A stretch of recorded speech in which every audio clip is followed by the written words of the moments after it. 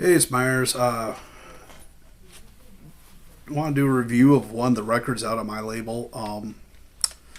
So this is release number 7 off of the Sioux label, catalog number SUX 007. It's the Lower East Side Stitches. You know, these fucking monsters are punk and roll. You know, like all my album covers from Sioux Records, this is silk screen. You can feel the silk screen. It's got sort of a tactile feel to it, you know, like silk screen on a t-shirt. Here's your back cover. And so I don't know who it was. I think it was Andy Stitch who got a hold of me. And he's like, hey, Richard Backhouse, who you did a record with, said that, you know, you might be willing to put out a record. We got this record, you know, blah, blah, blah. And, you know, without even hearing it, I'm like, sure. You know, because I knew the Lower East Side Stitches, previous work, you know, they're New York City fucking punk and roll, man. They're,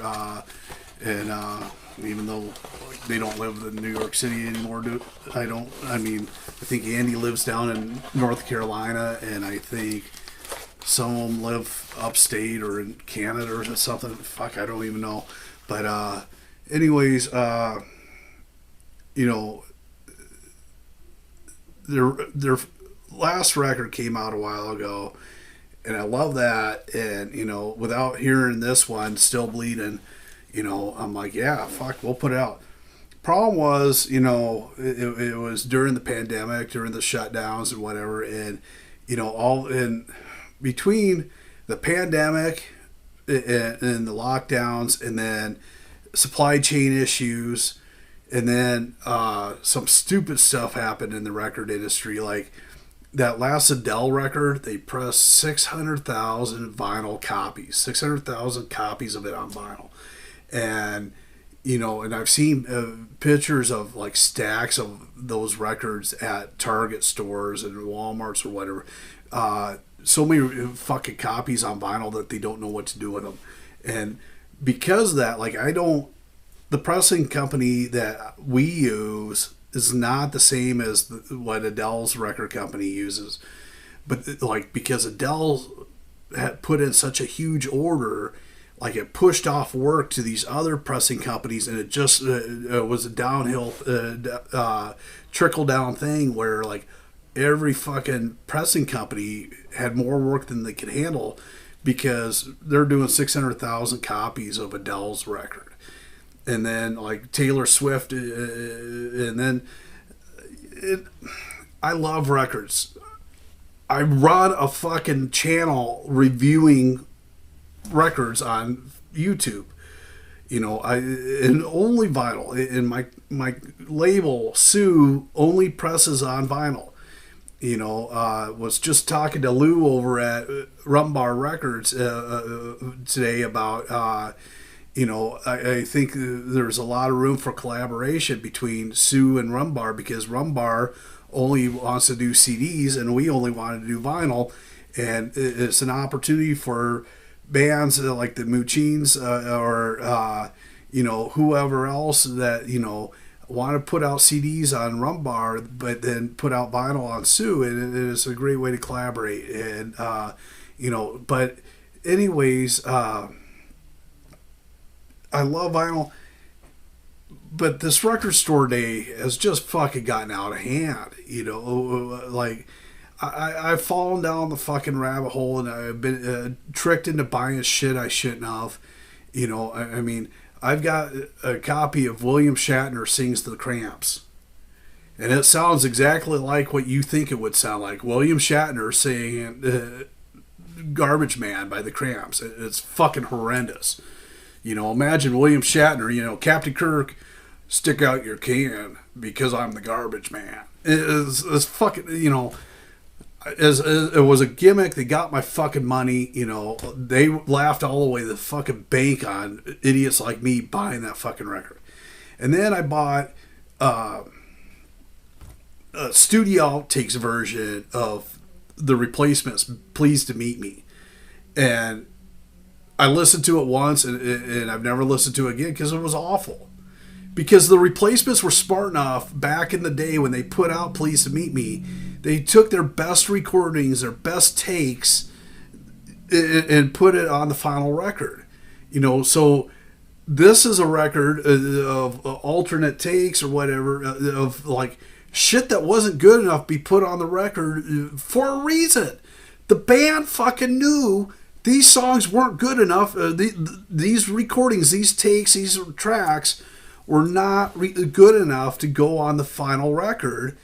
And, you know, a fucking idiot like me, here I am spending my hard-earned money on buying a fucking version of the record that the band knew back in the day should have been put out.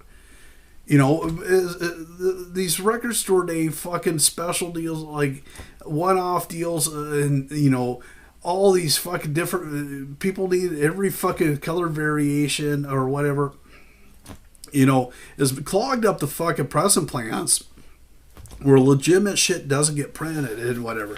But, you know, the Lower East Side Stitches decided to take a chance on me, sent me the files and whatnot, the digital files that we needed to get the record pressed with, and you know, sent me the art. We got it going, and it took a long time. It took about a year, over a year, to get the record done. But, you know, it came out, and I think everybody's happy with it. I'm happy with it. It sounds fucking fantastic. You know, I haven't done the review on this one yet. You know, I've been kind of saving it. I mean, I didn't want to blow my wad with doing the record reviews all on my stuff, on my label off the bat. I've been keeping this in my back pocket to do today. You know, so I showed you the cover art.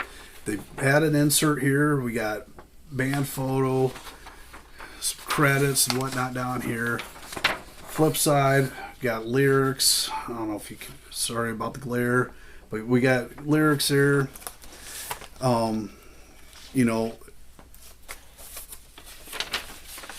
everything on Sioux is on, the LPs are all on 180 gram white vinyl, and you know, and then right over here I hand number them 1 to 300.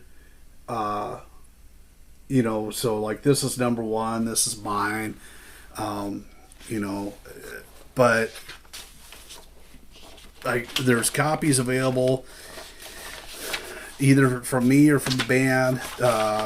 You know, get yourself a copy. This is a fucking killer record. You know, like, I don't know what you're waiting for.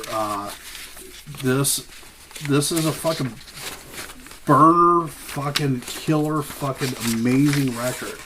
And I want to thank the guys for trusting me with this project, because, you know, honestly, they could have had any record label do it for them.